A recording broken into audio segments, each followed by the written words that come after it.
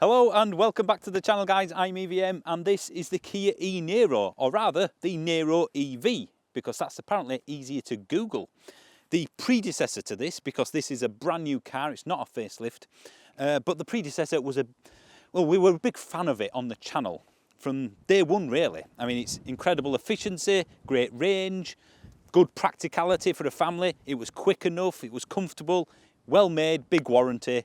It was just a complete package. It didn't wow anybody, but it didn't disappoint either. So I want to know if Kia have improved on that, or they've dropped the ball a little bit.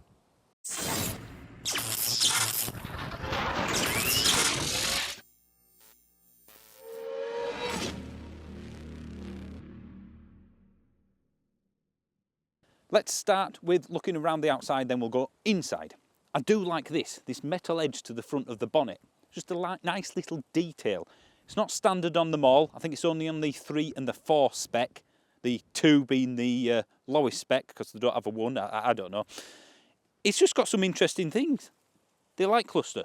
I like that. This, we don't need a grille sort of front end that a lot of EVs have. They've textured it a bit here and here.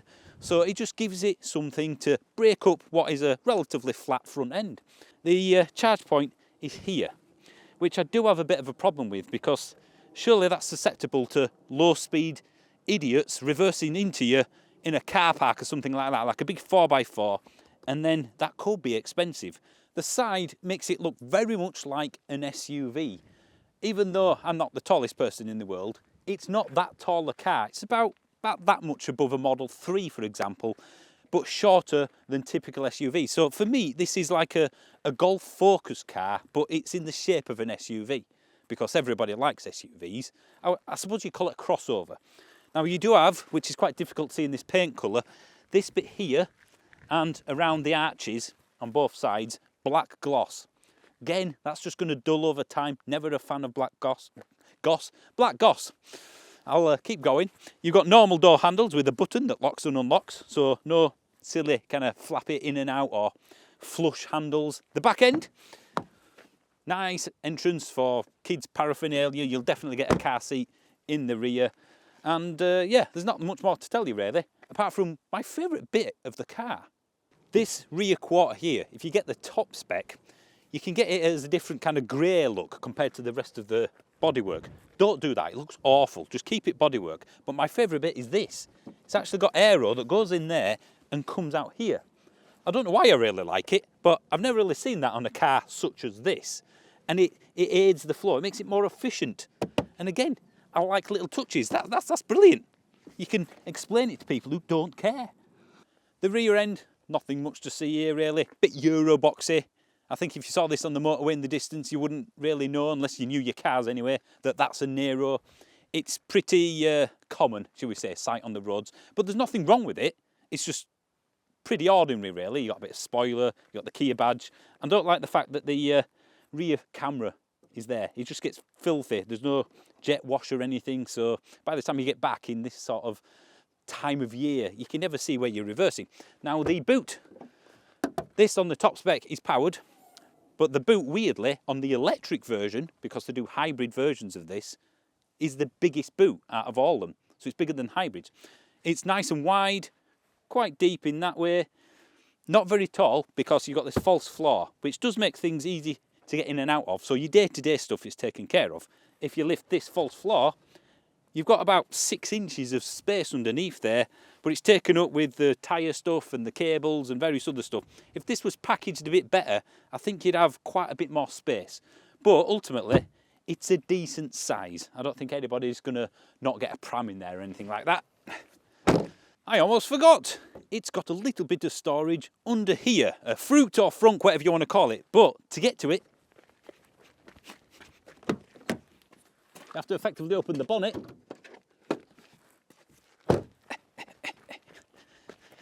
Get dirty fingers, and then you have some storage. It's not a lot, but it's enough to store your cables, and I prefer this because who wants to store cables underneath everything you got in the boot? Put them in here, they're out of the way, and if they're wet or dirty because they've been on the floor charging, you're not going to mind, whereas you will mind putting them in the boot. So at least they've got some storage.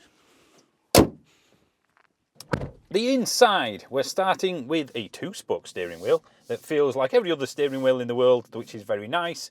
You do have the black gloss buttons, and there's a lot of them, but after a week of driving it, it's actually quite intuitive to use, so I don't mind that too much. And then we get to what I think is my favourite part of the interior when it comes to buttons anyway. You've got this matte effect. It feels really, really nice, high end. The switch gear feels really solid. I like this a lot. It's some thought put into it. That, again, nice and solid. That's soft material. That's softish material, but it is kind of textured. Cloth here. That's a textured sort of plastic. Down here, it is hard wearing, so it's not that high end, but it's all right. And it's a decent-ish sized door bin. I have seen bigger. If I turn the car on by pressing that, I can show you the centre console, which is, of course, black gloss. Be quiet. You've got lots of buttons down here and there, easy to get to, and to change it into drive, reverse and neutral, can't see it for the sun, spin it to right, drive that way and press that for park. Wireless charging there, so it's a nice place for your phone. You've got USB, USB-C and a 12-volt adapter, so there's lots of connection opportunities, and it does Apple CarPlay, Android Auto, but not wirelessly, you have to physically plug in.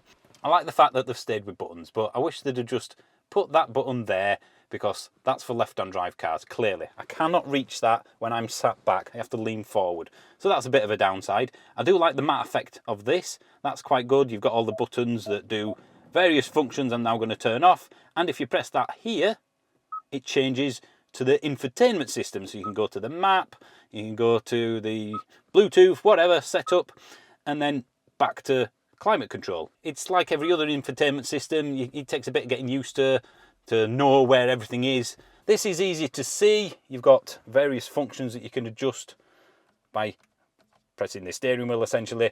It's virtual cockpit-esque, but not quite Audi style. If you press the driving mode, you've got normal, eco and sport, and if I hold it down, snow mode.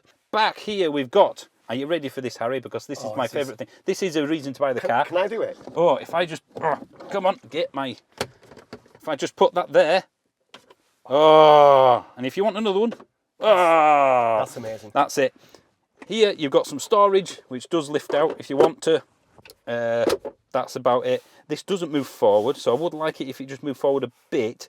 Now the seats, this is the 3 middle spec of all of the Niros. I think they're all right. They are comfortable, don't get me wrong. This is fixed, so you can't adjust that. You can only go up and down. You can't go forwards and backwards. What do you think? They're not bad. They're not bad. No I think complaints. adequate would make up most of the interior. Now, of course, it's your time to shine. What's the glove box like? I reckon it's going to be a proper one. Oh, are you watching Volkswagen? Now let's move on. We've got like a textured material there. That, which you can sort of see, is red. If I change it to eco mode, it goes blue. So at night, that looks quite effective. It's a nice touch, that, yeah, isn't it? and here, again, textured, softish material. The 4 top spec version has a heads-up display as well. You do have the usual touch points up here for your lights, and you can get a sunroof, again, only on the top spec version. I do have a bit of a beef, though, with the infotainment system. They no longer have a premium audio, which was Harman Kardon, because of production problems and that holding... Chip shortage? Yeah, effectively, they couldn't get the components to make the high-end system, so they've pulled it from the top spec, which is what you could get it on. And I do like a high-end system, or a better audio system. It's nice to have an option, isn't it? Is this a 2 adults, 1 child in the middle? It doesn't look like you get 3 adults comfortably. Not comfortable on a long journey, no. It has got a flat floor. It has got a flat floor, which is good. Yeah. It's not a ground-up EV, but it is designed as an EV. Bigger than expected in the back, actually. It is, yeah. I mean, you look like you've got decent headroom. And I'm sat quite a lot higher up than I am in the front, which means I can see over the seat. Can you just show the ladies and gentlemen the vehicle-to-load adapter? Wow. Now, that is, for me, a thing that every electric car should have, because you can have plug a 3-bar heater. 16 amps that will go up to. Wow. It will do a 3-bar heater. If you are camping, brilliant. So, and you've got one on the outside as well. It's not just the inside of the car. Amazing. The rear, it's got quite big quarters, hasn't it? To be honest, though, doesn't all every cars car do, yeah. It's easy to see out the back, but it is quite letterboxy. I think we need to start with the big positive of this, and it always has been, the range. Oh, it's how did he do this? And it is a bespoke EV now, sort of, in terms of the efficiency. Just tootling around, I'm getting 4 miles per kilowatt hour It's about 10 degrees. I've been really putting my foot down, seeing what it's like. That gives you a real world range of 260 odd miles. That's just... And we've done it, haven't we, in the past? We had this in Scotland, didn't we? And we got well over that. Exactly. This is a very efficient beast, which makes me think, what's the difference between this and the Ioniq 5 EV6s? About a tonne? Well, yeah. This weighs 1.7 tonne, though. So it's not light, is it? No. The EV6 is a much bigger car, I think people think it is. Yes, it's a massive car. It is, yeah. Really. It's got about 50 miles more range than my Model 3 standard range. I mean, that does say something, doesn't it? And it's got a bigger battery, but not massively bigger. Not just the efficiency. Yeah. When you look at it from the outside, you would not think. It's got the same motor and battery as the previous Niro. Yeah, is it around 200 brake horsepower? It feels more, but yeah, it's 200-ish. Which for me, it's a good amount, isn't it? It never feels like it's got too much or too little. Whereas do you like the MX-5 thing? You feel like you're throttling it out so you can have a bit of fun. More fun. Yeah. You're not. Sometimes less is more. Yeah, you're not pushing it beyond beyond the road. Well, you find with a lot of EVs nowadays, they've got too much power for the chassis, and it gets a bit untidy, doesn't it? Yeah, maybe it's that. It's the chassis can't cope with a lot of. This feels like it can. But it does deliver its power in a different way to most other EVs. That surprised me actually. In fact, shall we? There's no one behind us. Let's stop. No. So, usually you get a big shove, don't you? Yeah, and it feels like you're. And then you're off. So the traffic light Grand Prix, even in a Leaf, it's all at the beginning, whereas this, a bit slower. And now, there it goes. Now, above 30, it just picks up, doesn't it? Yeah, so it's only 7.8 to 60. Is that when it comes on cam? It's got cams. It's got cams, I swear. So overtaking is... VTEC, yo! Yeah. Well, you get several cars now, don't you, where you don't get full torque until third or fourth gear. They've got, they're too powerful. Too powerful for their own good. And EVs especially have a lot of torque. So again, it's really well judged if you want to have a bit of fun. It does lean a little bit, I will say that. Oh, we're going over this hump. But yeah, but you know what? I'm actually having fun over the tops, as we call it, over these country roads. I don't feel like I'm losing it at any point. No, it doesn't feel like it's going to kill you in a bush. No, but you do feel like you know it's getting near its limits. Yeah. So it does feel weirdly communicative, although I would say the steering's a bit light. In terms of settings, yes. Regen. Talk to me about regen. Talk to you, right, well basically we've got 1, 2, 3, 4, 5 different levels of regen. Wow. And I adjust them with these paddles. Which is driver involvement. Well, you know when you come to a roundabout in a petrol car, you put it in second gear, the engine braking slows you down. You know, when you're making progress on roads like this, you put it down a gear as you come a car. You can do that. Right now, I don't want any regen because I'm just having some fun on these rolling roads. But then when you go downhill, you just do this, flick. And then you go. You don't have to do this or do that like an ID range where you put it into B mode. Yeah. And you've got 4 or 5 different levels as opposed to one. On or off. I don't understand why they don't all do that. I feel like I'm in a very quiet cabin. For an EV. But it is particularly refined, isn't it? Yeah. Even the tyre noise. I feel like I'm in a car that's more expensive, quite frankly. Yeah. Do you know what it is? I can't. It's an old school Octavia VRS. A Mark 1 and a Mark 2. It does a job really, really well, but doesn't shout about it. Well, yeah, nobody's ever going to go, you've got an eNiro? Yeah. Sorry, a Niro EV? Yeah. No, exactly. It's going to, like you said when we were doing the outside, it's just, it's almost anonymous, isn't it? It is, because there's I so kinda many like of them. that sometimes in the car. Yeah. So there's a bit of badge snobbery going on because, and I have talked to a few people about this, yeah, but it's a Kia. Is that a bad thing now? For me, they've elevated themselves over the last decade, not to a premium manufacturer, but an equal to Volkswagen. Well, I'd say easy and more. equal. It does have a, I don't know if you can hear, you won't be able to hear it on camera, it goes bong, bong. Oh, the bong, reverse. Yeah, which is great when somebody's finishing work at 3 in the morning. Oh, yeah. And not waking everybody up outside, as my wife does. That's yeah. Bong, bong. Oh, she's home. Bong. Exactly.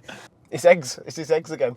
It is eggs. Yeah. You can use it in so many different things. And no one ever goes, oh wow, eggs. Do you know, it's one of them where I saw it from the outside and I was like, oh, it's all right. Yeah. But now it grows on you, doesn't it? It is like, honestly, it's like the early Skoda stuff where you thought, oh, it's all right. Then you drove it and you went, oh, actually, no, it drives really well. Yeah. I can see a lot of taxi drivers getting one of these. Yeah. I'm going to use a football analogy just because it annoys one single person in the comments section. Oh, go for it. I think it's always worth doing that. It's Darren Fletcher. It was never brilliant at any single position, but it could go in many other positions. It was a utility player, and that's what this is. They're not like a striker that's going to score 40 goals a season. It's just somebody that's always in the team, always picked, but you never get any of the glory. Yeah. That's But this. without him there, It won't work. It won't work, Yeah, no. exactly. There is one downside though, compared to the other Korean stuff, you know, the Ionic 5s and stuff. You can only charge this at 70 odd kilowatts. Oh, can you? Oh. Compared to the 800 volt up to like 270 kilowatts of them. I guess then they have made some cost savings by not redeveloping the complete charge unit. They're not giving you the 800 volt system, have they? Which back when the eNiro was first out, I'm guessing 70 was more than enough. Well, it was, to be fair. Now, it's enough, but I think any car now should have at least 120 odd. Yeah, I was going to say It changes it. It does change things a lot. It doesn't sound a lot more, but it knocks 15 minutes off your charge time. I always think it's like broadband, isn't it? Yeah, more the better. If you double your broadband, you're downloading stuff a hell of a lot quicker.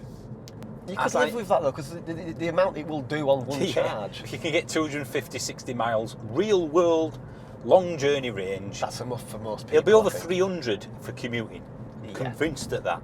The paddles also give you, if you pull it down on the left, it will stop the car using regen only. And if you put it to max regen, it gives you full eye pedal.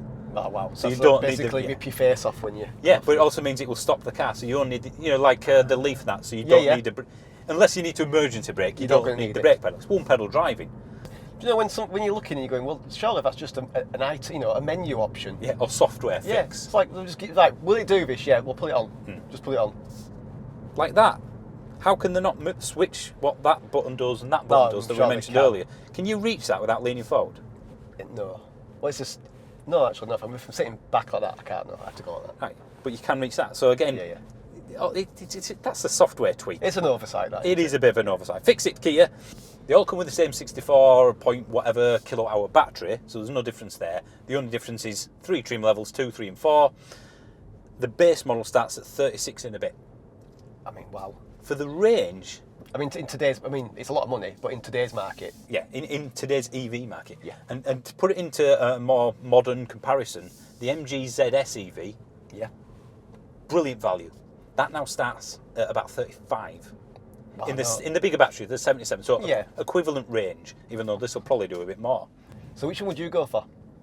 I'd go for this over the ZS. Yeah. Even for the extra grand or two. It's a different. It's a markup, isn't it? I think it's just a little bit. Yeah, you get a 25,000 miles extra warranty. It feels better screwed together. It's more efficient, and I think the dealer network's more mature. Yeah. So yeah, I think that it's worth a little extra. But that just shows the good value of this if we're comparing it against an MG. That's a fantastic value. Yeah. For me though, if you're gonna get one of these, it's the 3. I think you're going to want a 3. Now that's 38 and a bit without a colour, but you get heated seats, heated steering wheel, and vehicle to load. You don't get that on the 2. For camping, that is a massive bonus, as well as a few other little bits as well. So the sweet spot for me is the 3. So I guess we are looking at a 38 grand car here, not a 36. But you've got that option. I think as well, it's one of those things where you're going to see it at the end, aren't you? Now, heat pump. You can get a heat pump. £900. I won't bother. No? Nah, given how many miles it can do on a full charge, I think that for the 2 or 3 times a year, personally, I mean, if you're doing 200, 300 miles every day, go for it. If you're not and it's just your commute vehicle, don't bother. Is this all the car you need then? I think that's the title. That's the title. All the car you ever need. Yeah, I think it is, isn't it? You know what? If you put a Volkswagen badge on it or an Audi badge, you wouldn't be. Most people, I think 99% of people, would not question it at all. The build, the finish, everything about it, the efficiency, the 7-year warranty on the whole car. When you compare that against the 3-year warranty of a Polestar 2, a Volkswagen, a Volvo, a Ford, you're like, well, hang on a minute. There's no way a Volvo isn't built solidly to last. No. So why does it come with a 3-year, 60,000 mile warranty on the car? The batteries, obviously. Well, that's because they can get away with doing that. Yeah, but why not just say 5 years if it's not costing them all? Well, yeah. we use that all the time, don't we? Expectation versus reality. My expectation of this, and I think everybody else's, with the fact it's a Kia Niro, you would get better than you thought you would. Yeah. It would exceed your expectations, therefore you would be happy with the purchase. If you bought some of the other cars we've mentioned, you're like, it's all right, but it's not 40 grand. Yeah. We normally play the Snog, Marry, Avoid. Yeah. Would you rather? We've already mentioned the MG. Yeah. But there's not really much else in the 35 to 40 grand bracket today in EV world, because everything's gone up in value. Any 3.4? No. No. I can't think of anything else. I mean, you got top spec sort of Honda E's, 208s, But, I mean, Citroen EC4s. Completely different. They do about cars, 80 miles less, and they're not as practical. The only one I guess you could consider would be the Hyundai Kona, but that's essentially a very similar car, but not as practical. Yeah. So I've always preferred this to the Kona, but it's very, very similar in terms of efficiency. The Soul? The Kia Soul.